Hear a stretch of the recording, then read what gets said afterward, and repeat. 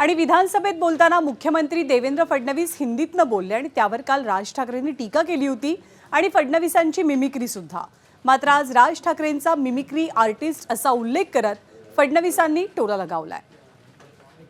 वाक्य संपल्या हिंदीतून सुरू झाले। मिसिंग लिंक के बारे में अगर कोई राजनीति करे, कोणासाठी हिंदी बोललात?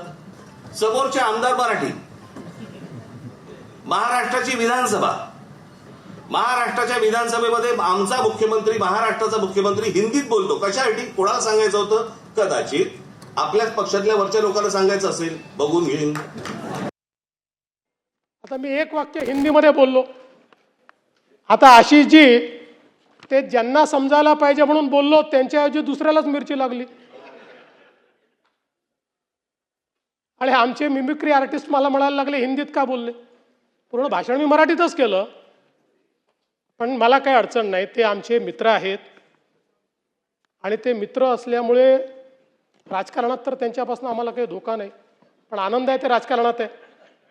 ते जर मिमिक्रीच्या क्षेत्रात गेले असते तर एकाही स्टँडअप कॉमेडियनला या ठिकाणी मार्केट राहिलं नसतं।